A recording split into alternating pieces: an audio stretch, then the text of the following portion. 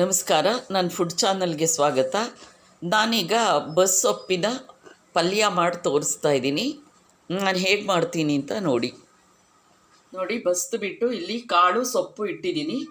ಈಗ ಅದರದ್ದು ಪಲ್ಯ ಮಾಡ್ತಾ ಇದ್ದೀನಿ. ಎಣ್ಣೆ ಇಟ್ಟಿದ್ದೀನಿ. ಇದಕ್ಕೆ ಸಾಸಿವೆ, ಸ್ವಲ್ಪ ಅರಿಶಿಣದ ಪುಡಿ,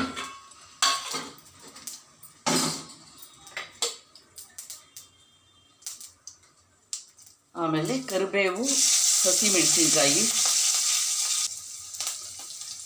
ಆಮೇಲೆ ಒಂದು ಸ್ವಲ್ಪ ಸಣ್ಣ ಈರುಳ್ಳಿ ಒಂದು, ಆಮೇಲೆ ಇದಕ್ಕೆ ರುಚಿಗೆ ತಕ್ಕಷ್ಟು ಉಪ್ಪು. ಇದಾಯಿತು. ಈಗ ಈ ಬೆಂದಿರೋ ಸೊಪ್ಪು ಕಾಳನ್ನು ಸೇರಿಸ್ತಾ ಇದ್ದೀನಿ.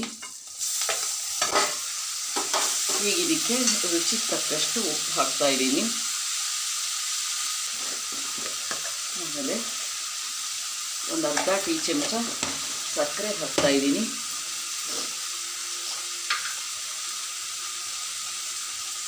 ಆಮೇಲೆ ತೆಂಗಿನ ತುರಿ ಹಾಕ್ತಾ ಇದ್ದೀನಿ.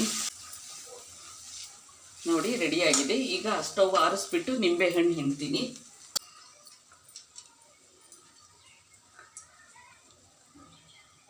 ನೋಡಿ, ಕಾಳು ಸೊಪ್ಪಿನ ಪಲ್ಯ ರೆಡಿಯಾಗಿದೆ.